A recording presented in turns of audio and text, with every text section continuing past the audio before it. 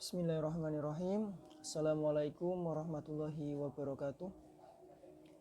Alhamdulillah, pada kesempatan kali ini saya Muhammad Said Bayu Aji dari kelas A24 nomor NIM 2281191191 pada mata kuliah Sosiologi Pendidikan ini yang diampu oleh Ibu Anggiyus Susilowati MSI. Pada kesempatan kali ini saya akan menyampaikan terkait video pemahaman dari pertemuan kedua sampai pertemuan keenam. Mungkin pada penjelasan ini saya akan mencoba menyampaikan apa yang saya pahami dari pertemuan kedua. Pada pertemuan kedua kita mempelajari terkait pengantar tentang sosiologi, dimulai dengan membahas mengenai 7 kekuatan sosial yang berperan dalam perkembangan teori sosiologi. Kekuatan-kekuatan tersebut meliputi revolusi politik, revolusi industri, dan kemunculan kapitalisme, kemunculan sosialisme, feminisme, urbanisasi, perubahan keagamaan, dan pertumbuhan ilmu pengetahuan. Selanjutnya kita juga diperkenalkan siapa itu Auguste Comte sebagai bapak sosiologi, dan juga menjelaskan pemikiran-pemikiran utamanya yaitu positivisme, hukum 3 tahap, sosiologi sebagai ilmu pengetahuan, dan agama kemanusiaan. Selain itu, kalau di dunia Islam ada nama Ibnu Khaldun yang beliau juga sebagai bapak sosiologi bagi orang muslim, dan karya-karya pentingnya beliau seperti kitab Al-Ibra wa Diwan Al-Mubtada wal Akhbar fi Ayamil Arab wal Ajam wal Albar wa Man Asrohum min Zawi Sultan Al-Akbar, dan mukadimahnya. Selanjutnya, pemikiran-pemikiran utama Ibnu Khaldun yang dibahas meliputi ilmu umron, sosiologi, yakni teori ashabiyah. Ada juga siklus peradaban, pengaruh lingkungan, dan pemikiran ekonomi. Jadi pada pertemuan kedua ini kita diberitahu tentang pengantar sosiologi pendidikan. Kurang lebih seperti itu. Terima kasih. Kita lanjutkan ke pertemuan selanjutnya. Oke, kita lanjutkan untuk pertemuan ketiga. Di sini kita akan membahas sedikit tentang pendidikan sebagai fakta sosial. Maksudnya adalah merujuk pada konsep Emil Durkheim. Pendidikan dianggap sebagai bagian integral dari struktur sosial yang mempengaruhi dan membentuk perilaku individu, mentransmisikan norma, nilai, dan harapan sosial dari generasi ke generasi selanjutnya. Memahami pendidikan sebagai fakta sosial membantu kita menyadari bahwa pendidikan bukan hanya proses individu, tetapi juga bagian dari dinamika sosial yang lebih luas, yang membentuk identitas, peran sosial, dan peluang dalam masyarakat. Selanjutnya, capaian pembelajaran mata kuliah ini yang diharapkan adalah kita lebih memahami konsep pendidikan sebagai fakta sosial. Jadi bukan hanya tentang proses individu. Selanjutnya, mampu melakukan analisis kritis terhadap peran pendidikan dalam kontrol sosial, memahami aplikasi teori fakta sosial dalam konteks pendidikan modern. Selanjutnya, di sini juga diterangkan terkait ilustrasi tentang fakta sosial.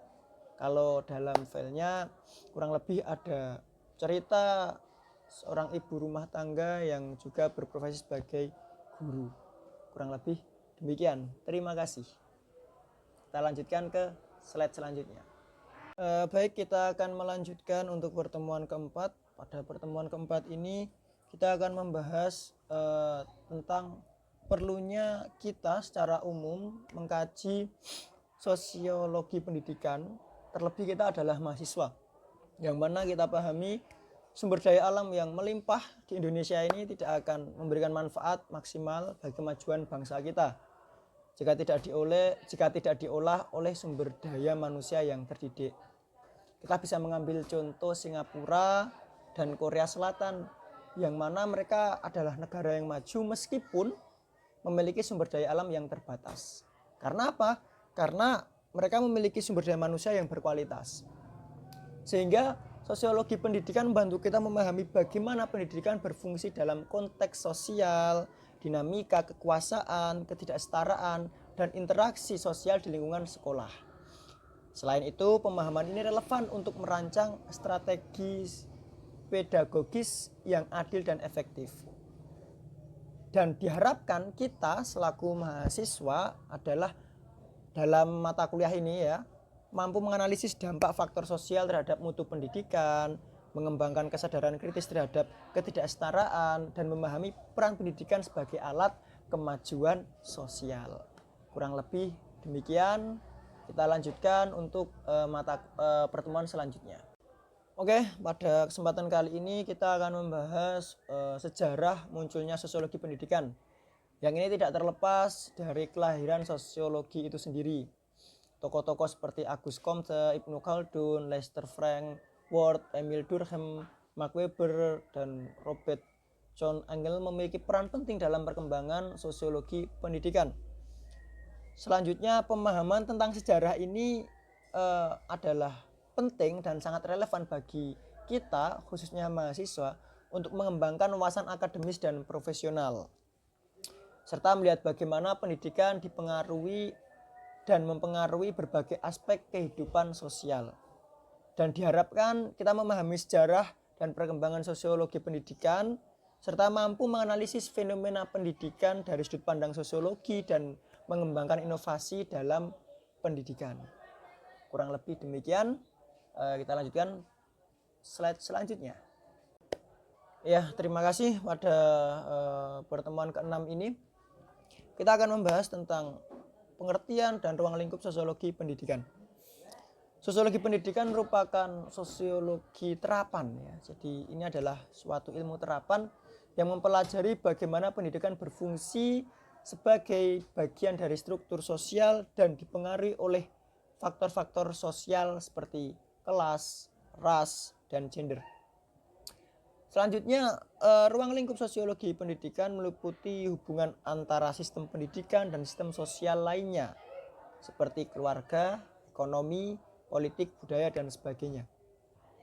Selanjutnya, hubungan sekolah dengan komunitas, hubungan antar manusia dalam sistem persekolahan, dan pengaruh sekolah terhadap perilaku peserta didik.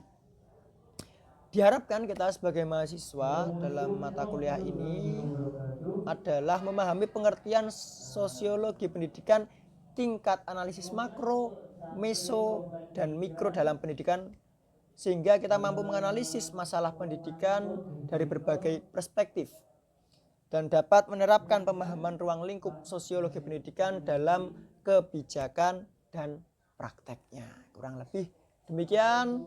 Terima kasih.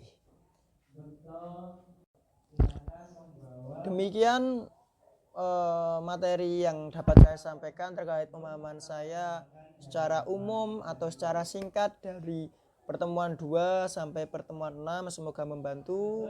Jika banyak salahnya, saya Muhammad Said Boyaji mohon maaf yang sebesar-besarnya.